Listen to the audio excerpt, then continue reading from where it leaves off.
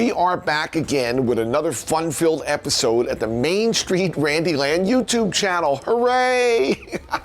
We are over here at my retro arcade on the boardwalk, Tributes and Traditions. And for those of you who actually are in the area, you can always find us on Magnolia Avenue, which is 2900 Boardwalk. We're kind of right on the corner. There's a side entrance. You can come on down, see us. We're still open weekends for quite a while. But we are over here now, and I want to show to you one of my favorite pieces because this piece just says boardwalk. But why does it say boardwalk? There's certain things when you go to the boardwalk that just are in your blood. It just becomes part of you. And many of these things we just take for granted. We don't really think about it or even pay attention to it, but it's there. And some of those things are the smells, because we always like to eat. We smell that sweet aroma of cotton candy or funnel cake being made, waffle cones, all those good things. I know I'm making you hungry. But also the sounds. And the sounds of the boardwalks and the sounds of the arcade have changed drastically over the years. You know, when I grew up in the arcades, everything was ding and dong, and you heard a chime coming out in the 70s. It was like a new sound because they had bells until the 70s. Now suddenly you had chimes on pinballs. But the music in the background was never what it is today. Not in here. Everything here is kind of like it was, but back in the day, you didn't hear the blasting rapper on the speakers in the arcade or the stores as you're walking down the boardwalk. You didn't hear that junk. You didn't hear the electronic dance music or the top 10 of the I guess it's not the disco chart. I guess I'm old-fashioned. I don't even know what the hell chart you call it anymore. But it's not that way. It was fun. It's the music just said cotton candy as you were on the boardwalk or in the arcades.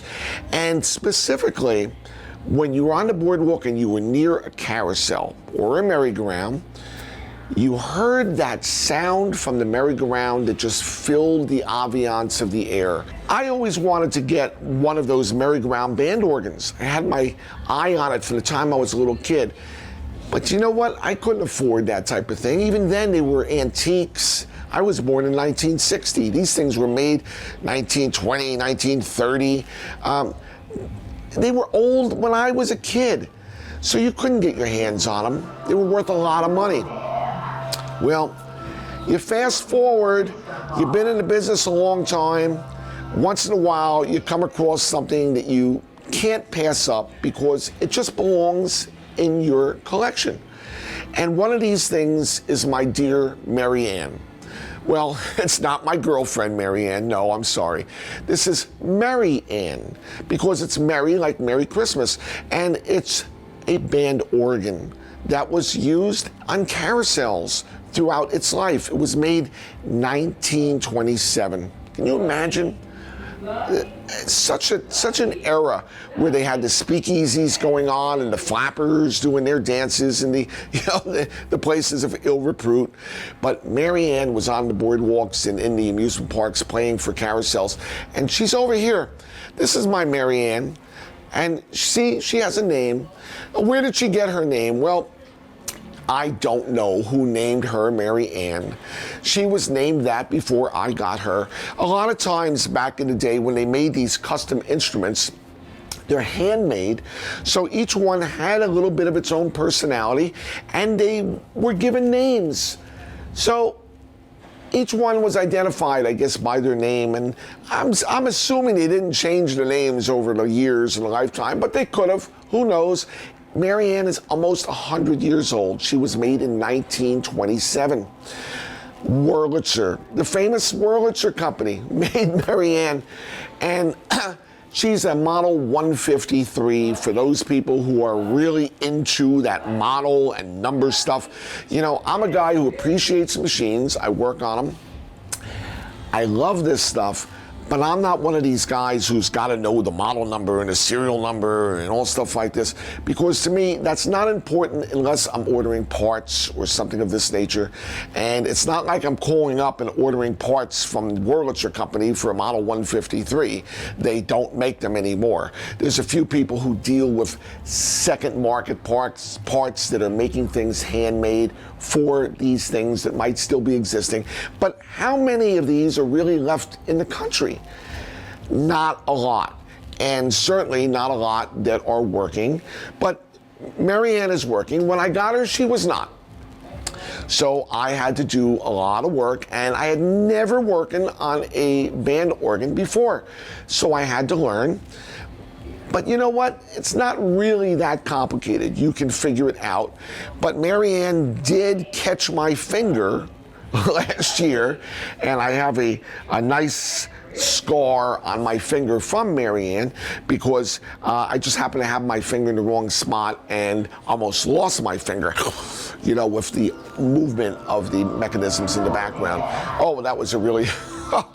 I did it early in the morning. I knew there was a little bit of a vacuum leak, so I was trying to find out where, and I was squeezed behind the machine because I didn't have the ability to pull it all out because we weren't closed for a long period of time. So I'm reaching behind, and I'm kind of doing it quickly and tired, and I'm feeling around for a little bit of a breeze for a vacuum leak. I'm trying to find it with my hand, and I just got a little too close, and it caught me, and instantly I was like, oh my God, did it take my finger off? And I'm like, because you can't feel anything. It's instantly so numb, you can't feel it. And I know I don't have long when something like that happens because I'm going to pass out. So I hurry and get some paper towels, and I wrap my wound, and then I lay on the floor because within the next 15 seconds, I'm going to be out. And I passed out for a little while. And then, you know, when I awakened, I still had my hand around my paper towel full of blood from my finger, and I could feel that it was still there, but I couldn't feel anything.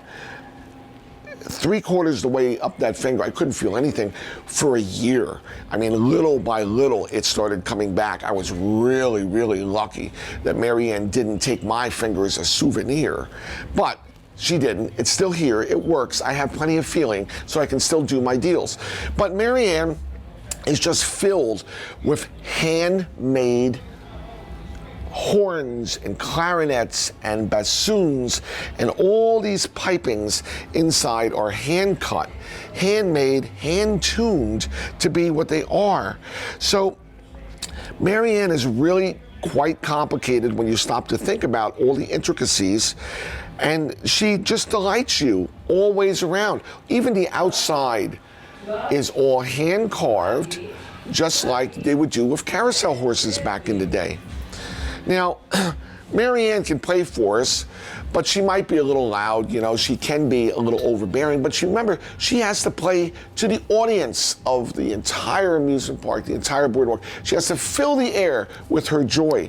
So...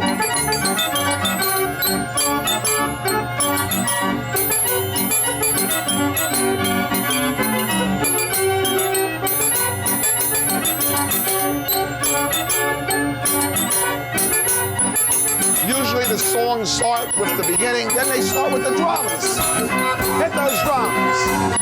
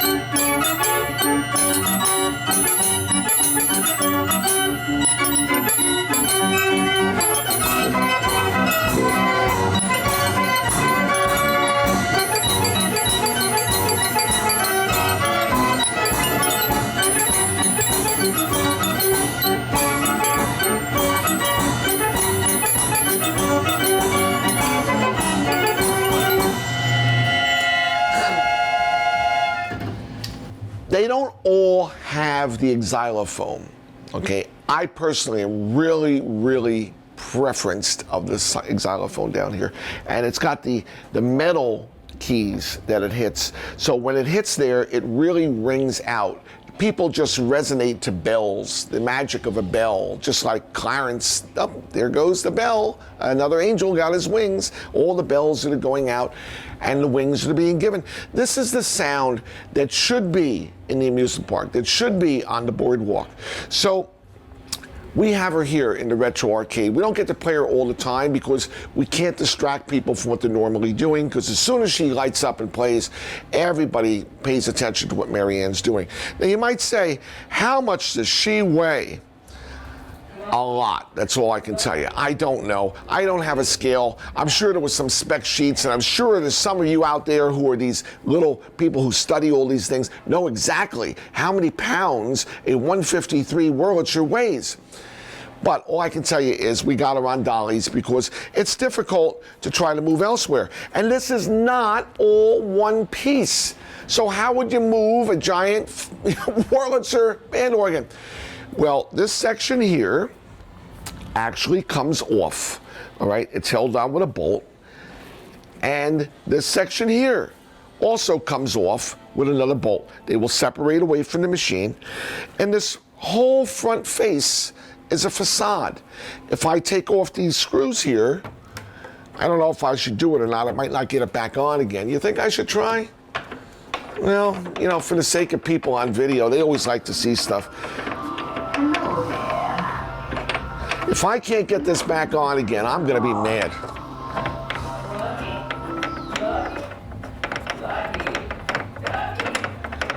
All right. Now, she does have some wiring that we want to take off.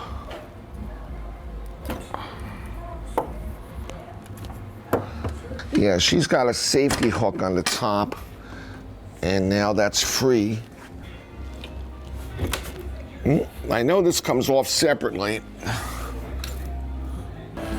Boy, the things I do for you guys. Look at that.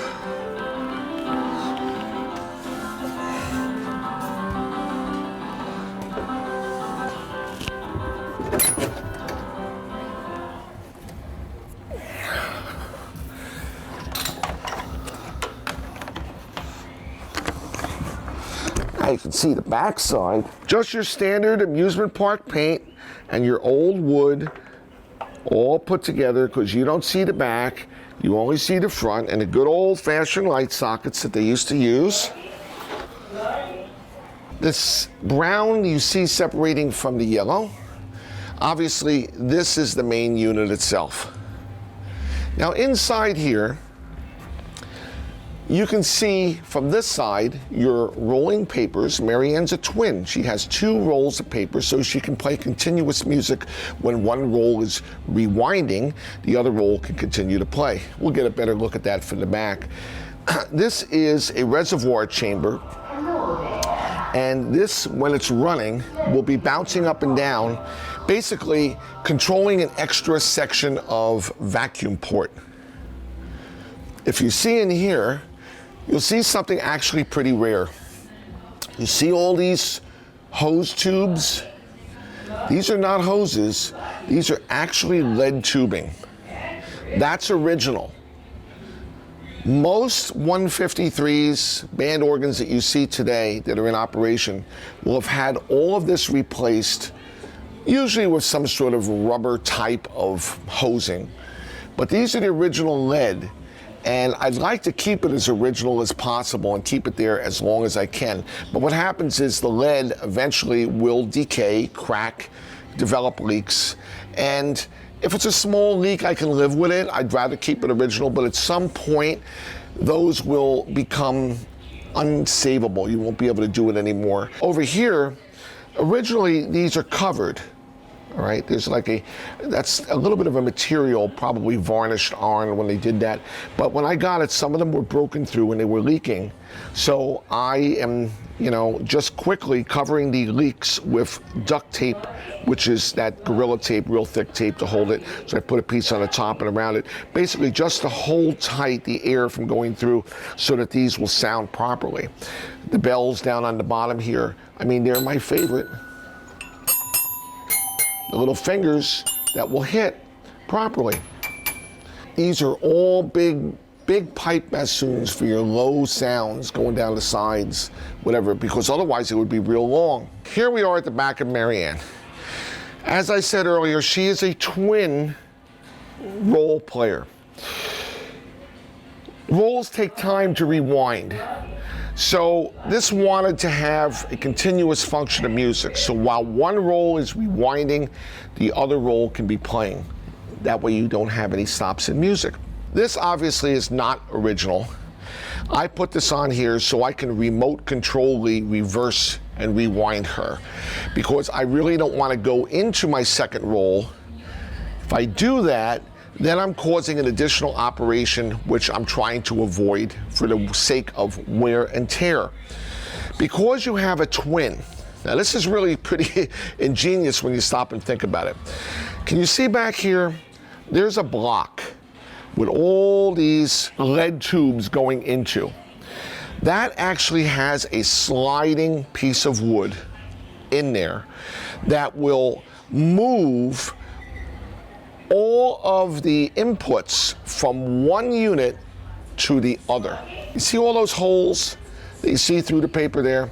Those are the breathing holes to tell it which notes are going to be played. And as the paper comes through with its holes, it will allow the air to pass through individual holes telling which notes to be played. Well, when you have two units, wouldn't it interfere if the holes were just parallel teed off? They can't be, particularly when one is going to be rewinding and exposing those holes periodically and randomly as the paper's going by.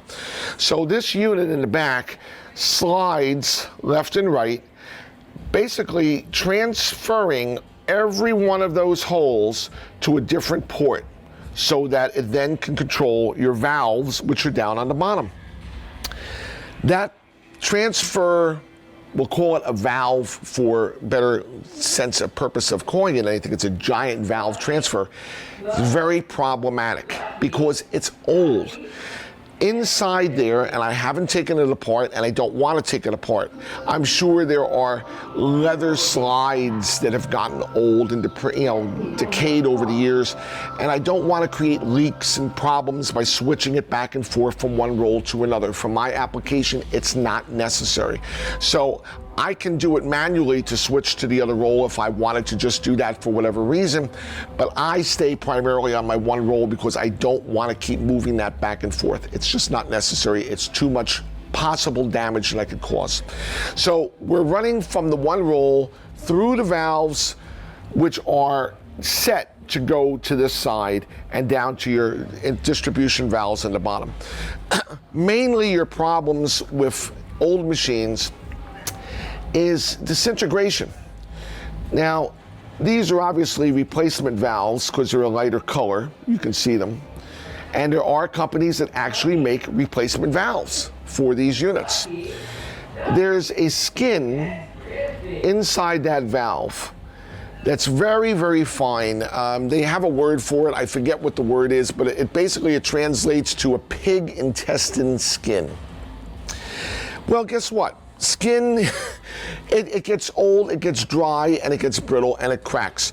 Once there's a leak in that skin, that valve will no longer work.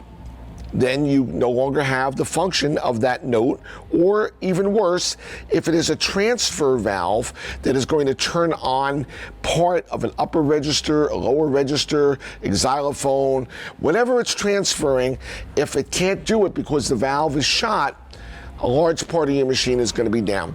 So it's very, very important that they all function properly. Then you got to watch for leaks in your hoses. These are rubber hoses, but the rubber itself is not new. And you know, it's time and money to change all this stuff. If I wasn't doing anything else in my life and I only had one machine to worry about, I could re-pipe all these things and make it all just brand new and not worry about anything. But I have a million zillion other machines that I have to take care of, so I have to make it work best I can without redoing every single thing. It also keeps it as original as possible. Down here you have your major bellows.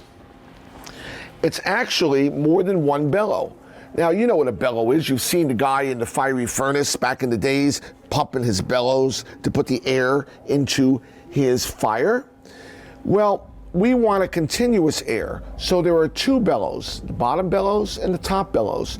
The top and the bottom are pretty stationary, held by brackets. The middle part is what goes up and down. So when it goes down, it's pressing air through the bottom bellows. When it comes up, it's pressing air through the top bellows. It's pretty interesting, pretty unique as it does that. And we have a port right here, which actually lifts. I can lift it. It's not easy to do, but there's a hole under it. And what that will do is for additional pressure that is unnecessary, it will actually push this up with the pressure of the air and allow it to leak out so you don't have too much. Oh, look, here's a souvenir.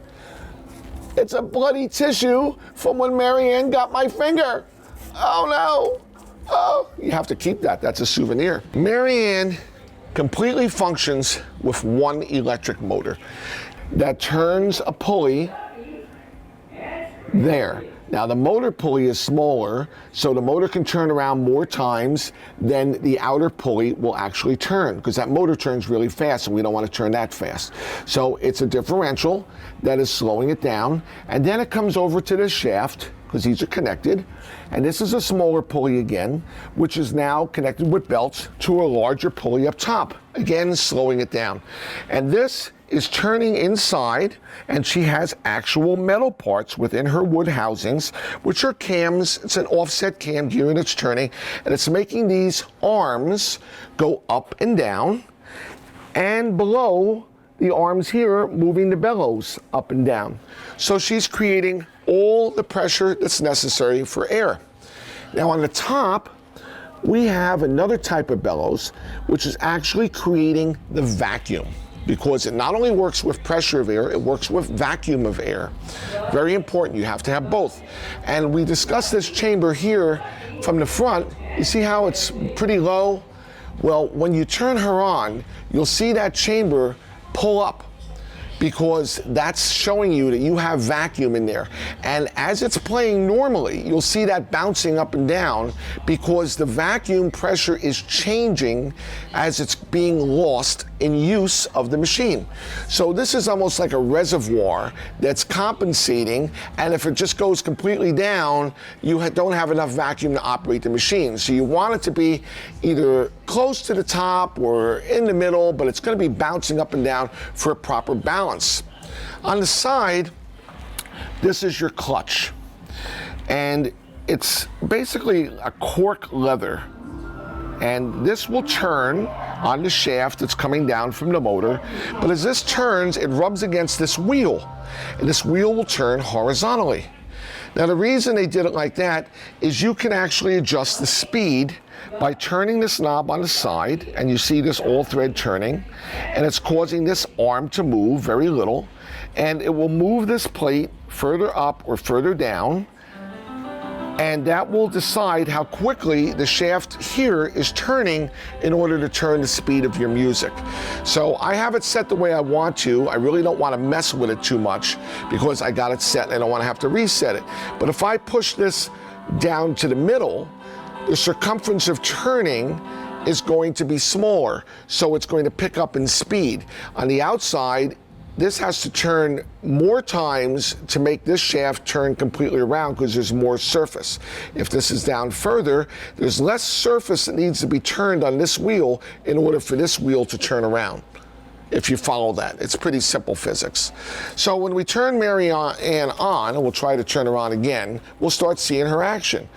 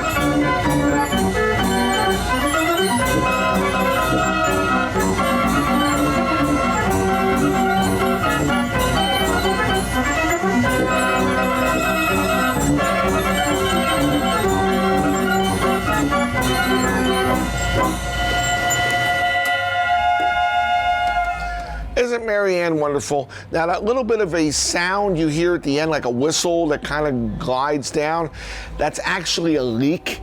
It's not supposed to be making that sound. One of the valves is probably starting to leak and it's blowing by some of the cushion that's around it. It's probably in the vacuum chamber itself. Down here you have a vacuum chamber, and if you take all these screws off here, you'd have to take off the hoses also and make sure you know how they go back on again.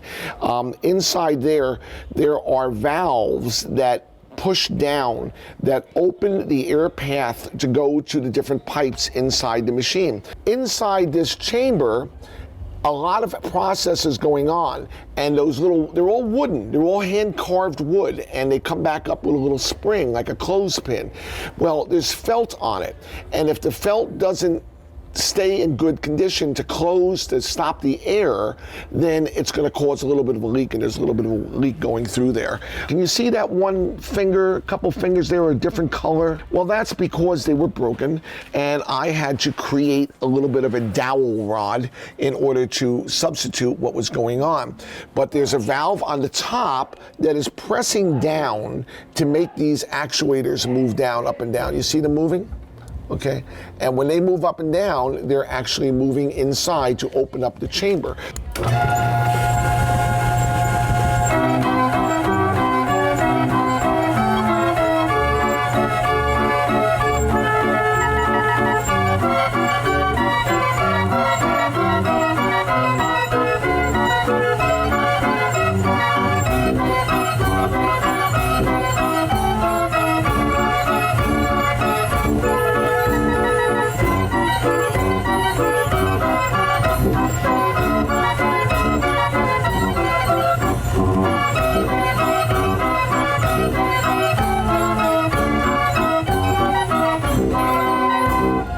I turned it off a minute because I wanted to show you. I'm going to try to use a piece of paper to show you because I don't have a feather.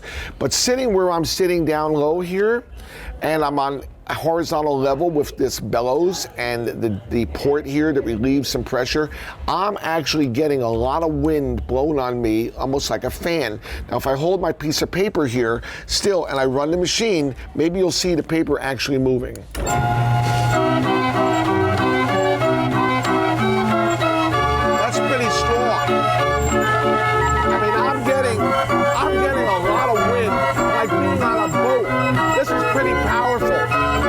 Just blowing, look at that.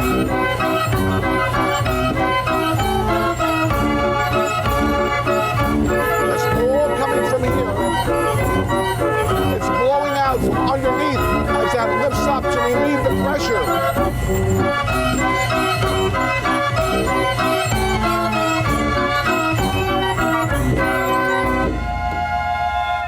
It's really pretty powerful when you stop and think about it. Oh, I see my little, I had to replace a couple of the woods inside with the valves, so I simply cut some wood. All right, I didn't sand all these down because I didn't use these extra pieces, but these were cut down so that I could fit them in, okay, and attach them in the back, which is almost an impossibility without taking the whole machine apart because they're kind of glued on there with a piece of material that will move them up and down so that this can move up and down to relieve the pressure to go to the valves that are going to blow out to the front. So it's really, every piece is handmade and fitted in, and they're not really made to be taken apart easily. Like, I can't change a valve in there easily. That's like a major job. And there are people that do just that for a living, to take that whole thing apart and work on the vacuum blocks and all that stuff. I mean, you could spend literally tens of thousands of dollars restoring one of these units. But these units are worth saving. They're worth the effort. And, you know, people say, how much is a unit like this worth? Well, you know what?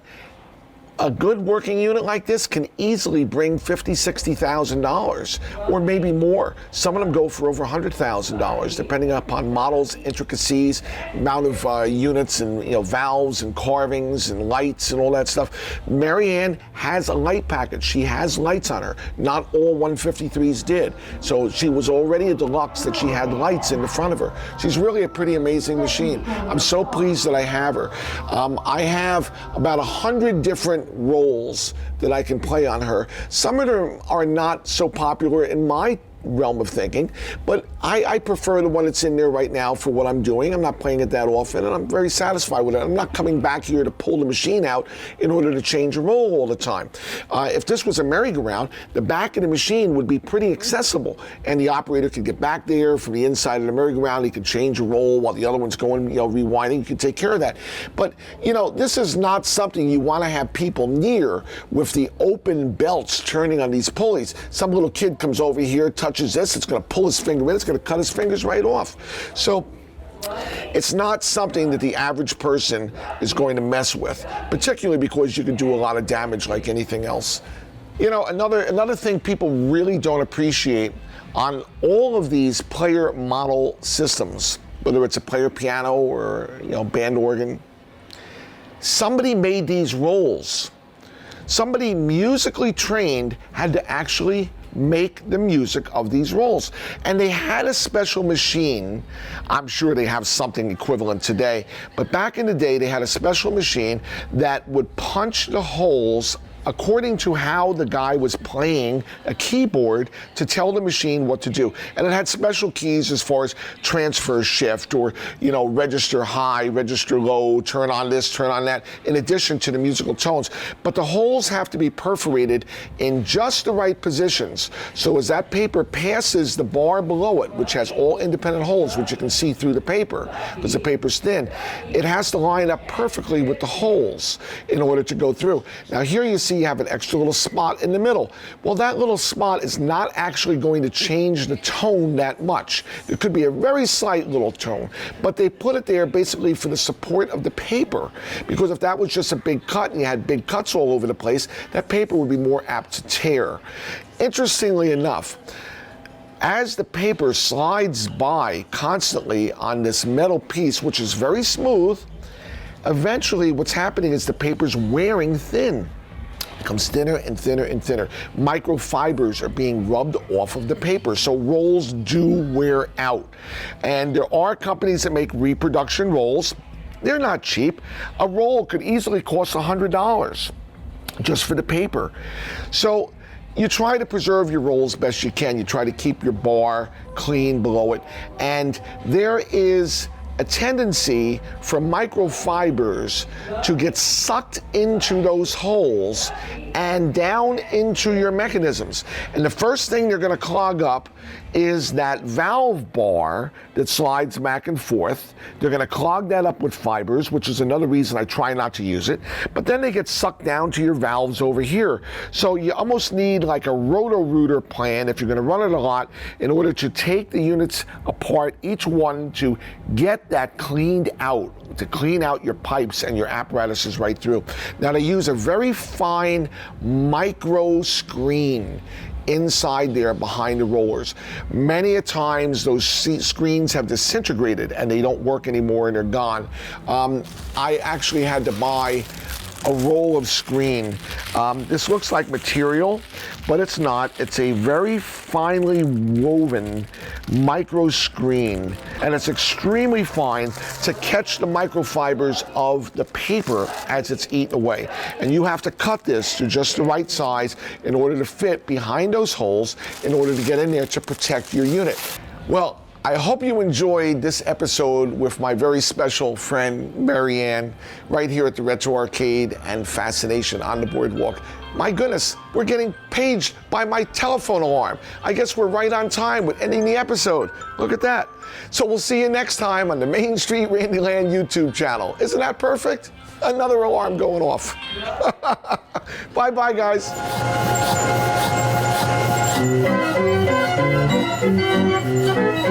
Thank you.